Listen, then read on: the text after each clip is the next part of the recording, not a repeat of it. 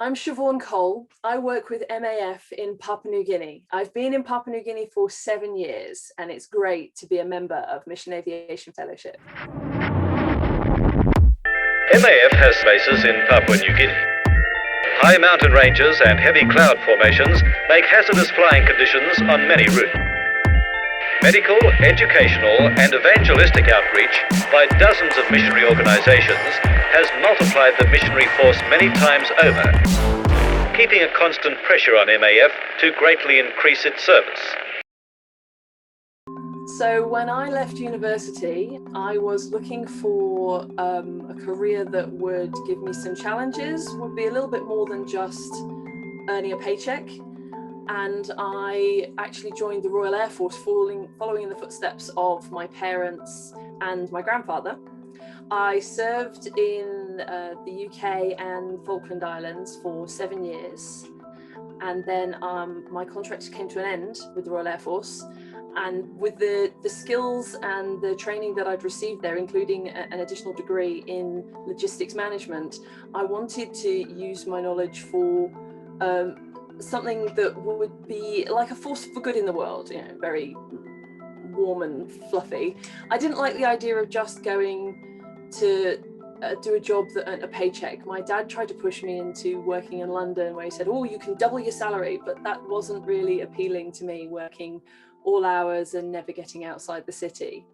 I wanted to do something that would do some good in the world. So I applied for a few different charities. I applied to the Red Cross, to a few missions and charities, some Christian, some secular. I was just looking for something where I could use my skills, because when I was in the Royal Air Force, I was a logistics manager specializing in airport management. And I'd received a lot of training and experience in that area, and it was quite specialist. So I wanted to be able to use those skills of aviation logistics again in the world. It seemed pointless to go back to square one to start something completely different that I wasn't qualified in. So I applied for a few different organizations, and MAF was actually introduced to me by my mum. She had heard about MAF through flyers and through various communications previously, and she suggested that I apply to them. And what I really loved about MAF was that I could do my specialization of aviation logistics within MAF, because it's an aviation organization. In other organizations, they're a bit more general, so I would have been more logistics and administration. So I applied to MAF and was accepted to come to Papua New Guinea. When I first arrived here 7 years ago, I was coming as the ground operations manager, part of the leadership team. And it was a real eye-opener. It felt like, from my military experience, it kind of felt like 2 promotions in one, with the cultural shock of working somewhere so very different to what I was used to. Missions is pretty much the opposite end of the scale of military. So I had a very steep learning curve. Coming in as one of the bosses in charge of 40 staff in around 10 different locations, as a 30-year-old female, was an additional challenge. And I was warned before I came to Papua New Guinea that being so young and being female would be a great disadvantage working in a culture that was very patriarchal. Before I started my job, I spoke to one of the senior members of my department, one of the senior guys who would be working for me, Papua New Guinean, who had worked for MAF for almost for about 25 years. So almost as long as I've been alive at that point. And he said to me that he was so pleased that I was coming to be his boss and coming to take on this really important role, and that he would support and encourage me. And I was so blown away. I've been warned that being a woman would be so challenging, and then to be given that welcome, it was so encouraging, and it just confirmed that this is where I'm meant to be. This is what God wants me to do for the future. And I did that job in Papua New Guinea, ground operations manager, for almost 4 years. And then I went on home assignment and actually went to get married, because 2 years after I came to Papua New Guinea, I met my now husband. So we left, got married, came back. We were only out of the country for less than a year. There's a lot of logistics involved in getting married, I have now discovered. When I came back to Papua New Guinea, there was a need for my husband to fly in Telefomin, which is a remote community where we now live, where I'm sitting in my pantry today. And unfortunately, they needed him to fly in order to keep the aeroplane flying. And I was not able to do my role of ground operations manager from Telefomin. So I had to step out of that role. Fortunately, I just recruited a really good Papua New Guinean guy as my deputy, so he was able to be promoted up into that. So for the past 3 years, I've been working in a more of a support role to operations from Telefomin. But just the start of this year, they asked me to step back into the deputy role from my old position, so deputy ground operations manager, in order to support the guy that I recruited, because unfortunately they hadn't been able to recruit a deputy for him, and it's just too big a job for one person. So I've been in and I've been out, and back in management again, but it's really great to be in Papua New Guinea and to be directly supporting 40 members of staff, Papua New Guinean staff, because people is my strength, and working with the national staff is so encouraging, so challenging in so many ways, but I really love it. So I'm really passionate about working within ground operations here in Papua New Guinea because I'm wired to be a people person. I don't do very well on my own for very long. And I did struggle the past 3 years being here in a support role, but being in a very remote support role where I don't get the opportunity to interact with our staff very often. So being back as Deputy Ground Operations Manager gives me the excuse to actually visit our staff in person and to be able to encourage them. We are very blessed in MAF in that we have a very diverse group of people from all over the world. Here in Papua New Guinea, we've got about 40 expat families and around about 100 members of Papua New Guinean staff. And we all have to work very closely together to make the mission work. Within ground operations, it's mostly Papua New Guinean staff. In fact, I'm the only person who's not Papua New Guinean. And to be able to encourage them is really humbling as well as enjoyable, because most of them they really care about the mission of MAF. They understand the need of the bush people. Most of them were bush people at one point. Many of them have a village that they came from, which is in a bush location, and they're one of the blessed few that's been able to get education and go to the towns and then be able to get a job that pays reasonably well. So they know the needs out there. They've seen them. Some of the needs are of their own families, in fact, people that they're supporting. So to be able to help them is really eye-opening because they understand it far better than I ever would.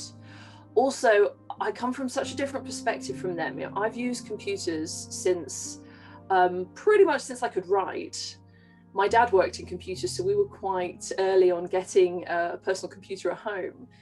Our Papua New Guinean staff, most of them only saw a computer when they started working for MAF, or probably several years, or maybe even a decade or two after they joined MAF. So to be able to support them in using the IT skills that are necessary is really helpful. We are an aviation organization as well as being a God-focused mission. And that means that there are business requirements. We use email, we have online software, which enables us to track our aircraft and send messages to our pilots. We have an online booking system that we use at every base to track what programs the planes will be flying and track the details of our passengers. All of our ground staff at our 11 different bases have to use this software. And for most of them, it's completely new. So one of the things I do is do a little bit of training and mentoring to help them to improve their own skills so that they can do their job better. Because they want to do a good job, they want to serve God, they want to serve the bush communities, but they lack some of those skills which we in the West often take for granted. You know, most of us can pick up a smartphone or turn on a computer, and we can know how to find the internet. We can know how to load a new app, those kind of things, which our staff here, they don't know. We have smartphones in Papua New Guinea. In fact, it's very odd going to some very bush locations and you'll find someone comes up to the aeroplane wearing a grass skirt and holding a smartphone. It's a very strange sort of juxtaposition of cultures. It does exist here, and it's great that it does, because it enables us to use our audio Bibles, which we sell to bush communities, and also the Wi-Fi Bible, which the pilots take with them when they land at a bush community. They turn the Wi-Fi Bible on, and anyone with a smartphone can stand within about 50 meters and download Christian resources, music, videos, the Jesus story. There's all sorts of resources, and they're all free, so they don't have to buy credit on their phone, which is extremely expensive. They have all these resources, and you have one person with a smartphone, and they can then share those resources with everyone in their community. It's just one of the great things that I love that we can do. That before I came to Papua New Guinea, I never would have thought that you'd have a person with a grass skirt with a smartphone, that we could give them resources that could bless the community, that could share the word of God in a way that I never knew existed before. So in my role, I'm very blessed that I get opportunities to go out and visit the other bases that we have in Papua New Guinea. And that allows me to visit some of the bush communities en route. I remember one occasion where I was able to, I was flying from to visit a base, and the pilots got a call over the radio to say that there was a medical evacuation flight needed. Someone had been in the bush, probably hunting, and had been attacked by a wild pig. He'd been attacked quite badly. The pig had gored him, and he needed to get to hospital quite quickly. Now, we were going to be flying over the airstrip, or almost directly, so it was a very small diversion for the plane just to be able to stop, pick up this individual, and then take him to where we were going, where there was a hospital, so that he could get the emergency treatment he needed. Being a young man who was out hunting, if he lost the ability to use his leg, he would become a huge burden to his community. It would totally destroy his life.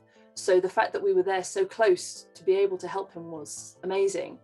We landed the aircraft at an airstrip called Blackwarra, and this young man was brought to the aircraft on a bush stretcher, and I use the term stretcher very loosely. It was a few logs with some leaves attached between it, and he was being carried by about 6 of his friends on these logs and leaves up to the aircraft. And because we did not know we would have a medevac that day, we did not have the medevac stretcher on board the aircraft. There was one at the base that we come from, there's one at the base we were going to, but we didn't have one on board. So he was brought on board on this bush stretcher, and him and the bush stretcher were strapped to the aircraft. And it was just amazing to see that these guys have been in the middle of the bush with nothing but their bush knives and maybe a box of matches, and they've been able to use the skills that they had to fashion a stretcher to be able to carry their friend safe and securely out to the airstrip. And that would have been several hours carrying him. To be able to see them come and see the community come together, knowing that they'd sent runners ahead to the person who had the radio, because there's one radio by the airstrip, that's it. So someone would have gone ahead to call on the radio to say, we've got this guy, he's had this accident. The accident may have happened in the night, but the runner got there in the morning and managed to get through on the radio to our HQ to say, yes, we've got a plane and we can send it to you right now, no problem. Hey, this is amazing, you don't have to wait. So then we were able to land, and the whole community came around, and they were making sure this guy would be okay. He was put on board the aircraft with someone who would support him. All he had with him was the clothes on his back. No one had gone home and packed a suitcase. They don't have suitcases. They barely have a spare set of clothing. But that was him and his friend were on board, and they were off to hospital, and we were taking them, and I was there on board with this guy in a stretcher who had this chunk missing out of his leg from wild pig. Pigs here, they're not the cute little pink pigs. We're not talking babe, we're talking a wild boar kind of thing. And we were able to take him to hospital. And that was just a normal day's flying that I happened to jump on board from. Being a manager, I often get stuck behind my computer and I can get bogged down in the details of our staff need training, our staff need receipt books, our staff need uniforms, those practical day-to-day things, and I can easily forget about the reason that the staff need the training or the reason that they need the uniforms. It's in order to get the aircraft flying, so we can literally fly for life, literally save people. And it's incredibly humbling that I'm involved in that. I'm not a pilot. I occasionally get to see what's going on, but you know, that medevac didn't happen because I was there. That medevac happened because the plane was there. But in my work as Deputy Ground Operations Manager, in the work that my staff do as base managers, as traffic officers, they enable that plane to get flying, to be out there. You supporting MAF, you praying for us, you donating to us, you enable that work to happen. You enable that medical evacuation flight to happen. And I can so easily forget about that, stuck behind my computer. But we're all a part of this machine that is helping and serving these people in the remote communities, which is such an incredible privilege. If you're a professional woman, whether it's working in aviation or logistics or any kind of industry, if you're thinking about the possibility of joining missions, do it. I just really encourage you to take that leap, start that adventure. Just make some inquiries, contact MAF, contact other mission organizations. There's such a need out there. The harvest is plentiful, but the workers are few, and that is so true on the mission field. It takes a lot of guts to leave your home country, to leave comfortable Western society, to go to the other side of the world, to try something new, to face challenges that aren't known, to work in different cultures. But it's such an incredible adventure, and honestly, you get more out of it than you put in. And I would really encourage you. We need managers, we need teachers, we need accountants, as well as pilots and engineers. There are so many jobs that need to be filled. We need administrators. We need people who are willing to do what's not on their job description. There are so many things I do here that are outside of my role of Deputy Ground Operations Manager. They're not on any job description. They're supporting the mission, supporting the work, helping our neighbours, hospitality, those kind of things. You can't just come to the mission field and say, this is my job, this is what I'm doing. There's so many other needs. Get involved in the local community. It's such a blessing. And you can do those kind of things as much as you have capacity to do. So I just encourage you, it is an adventure, it is a challenge. Take it, go for it.